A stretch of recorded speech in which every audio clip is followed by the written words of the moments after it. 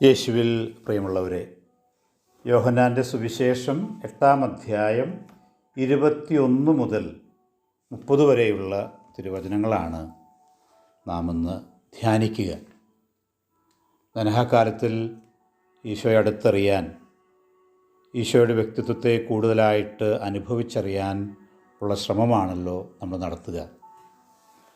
ഇന്നത്തെ സുവിശേഷം വായിക്കുമ്പോൾ അതിൻ്റെ ആദ്യ ഭാഗത്ത് നമ്മൾ മനസ്സിലാക്കുക, യഹൂദന്മാർ അവരുടെ മനസ്സിലുള്ള അന്ധതയും അതുപോലെ തന്നെ മരണത്തിൻ്റെ സംസ്കാരവുമാണ്.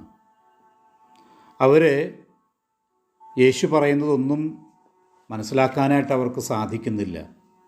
യേശുവിൻ്റെ വ്യക്തിത്വത്തെ പൂർണ്ണമായിട്ടും അവർ തിരസ്കരിക്കുകയാണ്.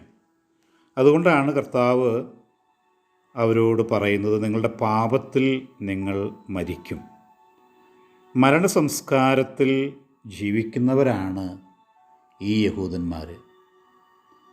നമ്മൾ അതിൻ്റെ പ്രായോഗികമായ ചിന്തകൾ എന്താണ്?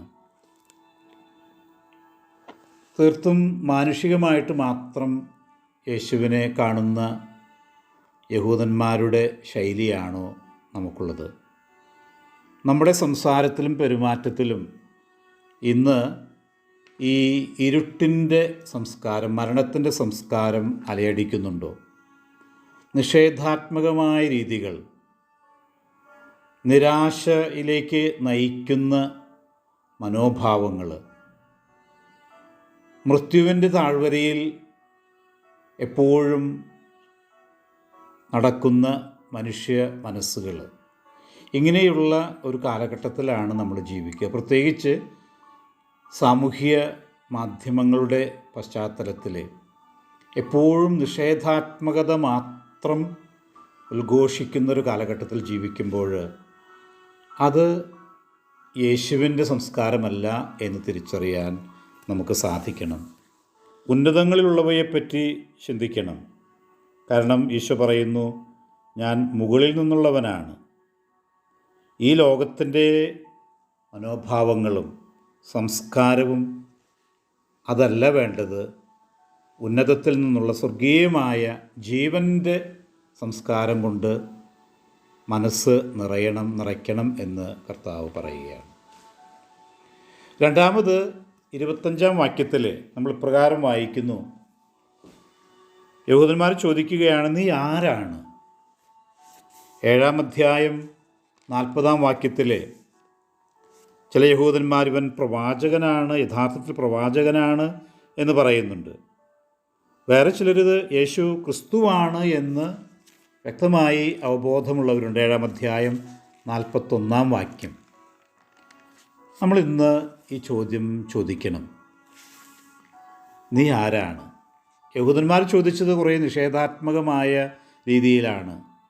സംശയവും സമർപ്പണമില്ലായ്മയും അതുപോലെ നിരാശയുമൊക്കെ ചേർത്ത് വെച്ചിട്ടാണ് യഹൂദന്മാർ ഈ ചോദ്യം ചോദിക്കുന്നത്, നീ ആരാണ്?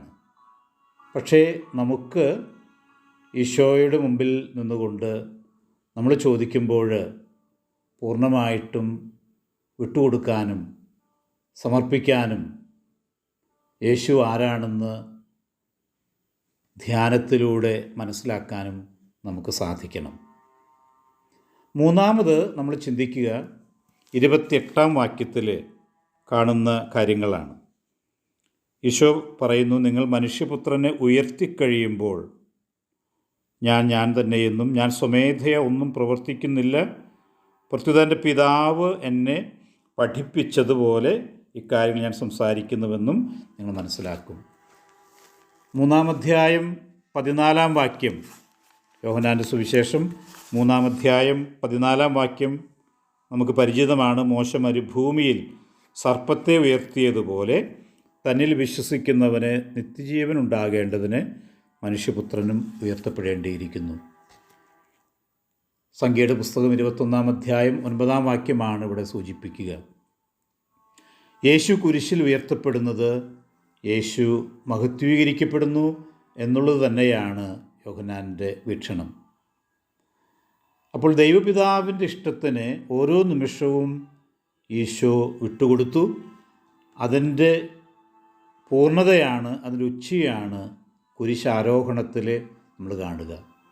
ജീവിതത്തിലൊന്നും സ്വന്തമായിട്ട് ഈശോ ചെയ്യുന്നില്ല, എല്ലാം പിതാവിൻ്റെ ഇഷ്ടമാണ്. മരണം വരെ പിതാവിൻ്റെ ഇഷ്ടത്തിനുള്ള സമർപ്പണമാണ് ഈശോയുടെ ജീവിതം. അതിൻ്റെ പൂർണ്ണതയാണ് കുരിശാരോഹണം. യേശു ആരെന്ന് തിരിച്ചറിയാൻ കുരിശിൻ്റെ കീഴിലിരുന്നേ മതിയാകൂ. ഈ ദനഹക്കാലത്തിൽ കർത്താവിൻ്റെ ആ മനസ്സറിയണമെങ്കിൽ കുരിശിൻ്റെ കീഴിലിരിക്കണം. നമ്മുടെ കുരിശനുഭവങ്ങൾ ഈശോയുടെ കുരിശുമായി ചേർത്ത് വയ്ക്കുമ്പോൾ കർത്താവ് ആരാണെന്ന് കൂടുതൽ ഉൾക്കാഴ്ച നമുക്കുണ്ടാകും, അനുഭവം നമുക്കുണ്ടാകും. ആ അനുഭവത്തിൻ്റെ ആഴങ്ങളിലേക്ക് കടക്കാനാണ് കർത്താവ് നമ്മോട് പറയുക. ഇന്നത്തെ കാലഘട്ടത്തിൽ നിഷേധാത്മകമായ അനുഭവങ്ങൾ, നിരാശയുടെ ഭാവങ്ങൾ, ഇതൊക്കെ നമ്മുടെ ചുറ്റുമുണ്ടെങ്കിലും ഈശോ എനിക്ക് ആരാണ് എന്ന് വലിയ വിശ്വാസത്തോടെ സ്നേഹത്തോടെ നമുക്ക് പറയാം. നീ എൻ്റെ രക്ഷകനാണ്, നീ എൻ്റെ സർവസ്വവുമാണ്, നീ എൻ്റെ കർത്താവും ദൈവവുമാണ്. ഈശോ നമ്മെ അനുഗ്രഹിക്കട്ടെ. ആമേൻ.